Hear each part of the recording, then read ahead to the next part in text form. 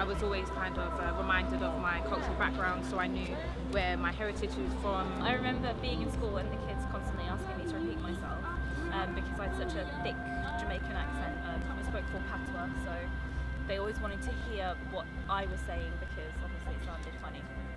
I don't enjoy the privileges I don't enjoy the white privilege that my parents get to enjoy just because I'm their daughter. That blackness is still what people see first.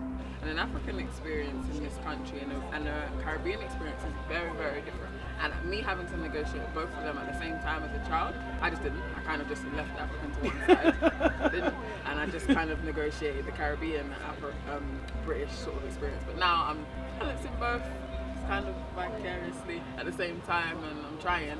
But it is hard, and they're very different experiences. Now I feel like I speak really, really proper. And my brother mocks me and says that he sounds more Jamaican than I do, and he was born in Liverpool.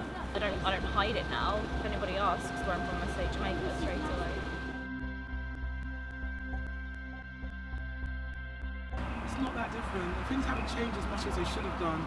We've got all this legislation, but until you tackle ignorance and fear, which is the basis of racism, and prejudice, we're stagnated. We're stagnant. We're not moving. When my brother was a teenager, my dad had to sit him down and have a talk with him about how to behave with police, how to behave on the road, and I have to have the same talk with my son.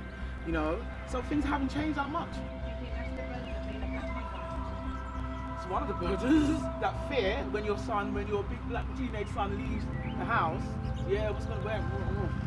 He's been stopped by the police so many times. All he does is go to school and go to basketball and come home. And go to his dad's. That's all he does. And he's been stopped by the police numerous times. We didn't grow up here as teenagers, but we've seen our children grow up as teenagers, and it was very difficult for them. It was difficult for them. When my daughter had a problem at school, she just, instead of going to someone and saying, I'm having that, she just didn't go to school. She didn't feel she could go to someone.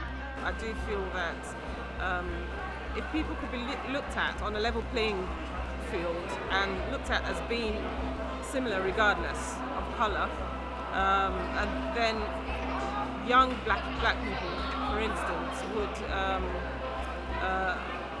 feel that they could aspire and attain, so they could work hard to achieve rather than feel that their colour would hold them back.